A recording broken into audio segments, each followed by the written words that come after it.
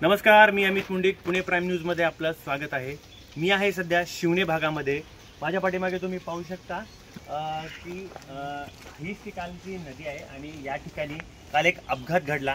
तो म्हणजे शिवम उर्फ माऊली चव्हाण हा 6वीला शिकत होता आणि काल मित्रासोबत दोघं मित्र आले होते पोहण्यासाठी, शिकण्यासाठी। त्याला पोहायला येत नव्हतं, मात्र तो मित्रासोबत आला होता पोहायला शिकण्यासाठी।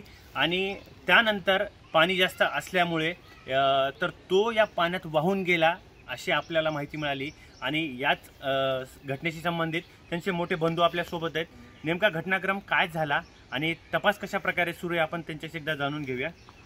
दादा, काय सांगाल एकंदरीत की काय घटना घडली होती काल? तुम्हाला किती वाजता कळालं?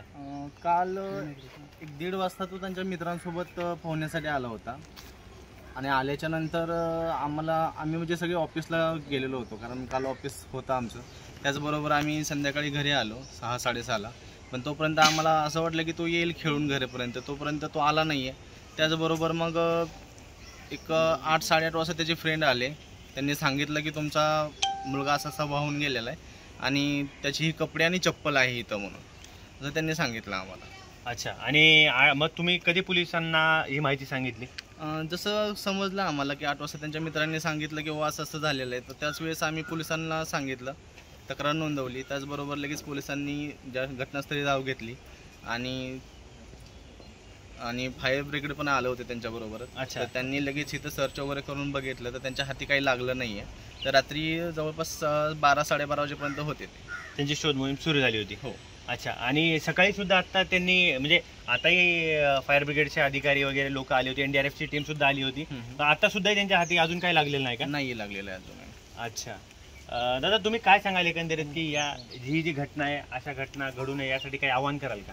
ही अशी घटना घडू नये म्हणून एक विशेष सूचना करेल मी, ते म्हणजे जे स्वज्ञान पालक असतात सगळ्यांनी, त्यांनी लहान मुलांना अशा पावसाच्या वगैरे काळामध्ये जे की ओढे नाले आणि अशा नद्या असतात त्यांना पूर येऊ शकतो, अशा ठिकाणी विशेषतः पाठवू नये व त्यांची काळजी घ्यावी। एकंदरीतच हा जो घटनाक्रम आहे त्याचा मोठा भाऊ आहे, त्यांनी हा घटनाक्रम आपल्याला सांगितला आहे।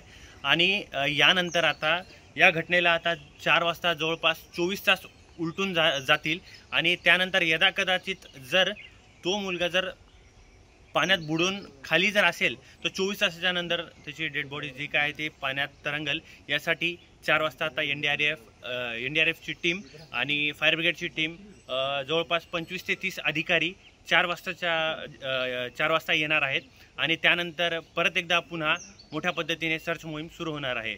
आता एकंदरीत पाहूया की नेमक्या तो जो शिवम आहे तो आता मिळतो की नाही। आणि या माध्यमातून मी आवाहन करतो, पुणे प्राईमच्या माध्यमातून मी आवाहन करतो की जे काही लहान मुलं असतील आणि जे काही सध्याची परिस्थिती पाहता की पाण्याच्या आजूबाजूला लहान मुलांना पालकांनी जाऊ देऊ नये व त्यांची व्यवस्थित काळजी घ्यावी, अशी पुणे प्राईमच्या वतीने आम्ही आवाहन सुद्धा देखील करतोय।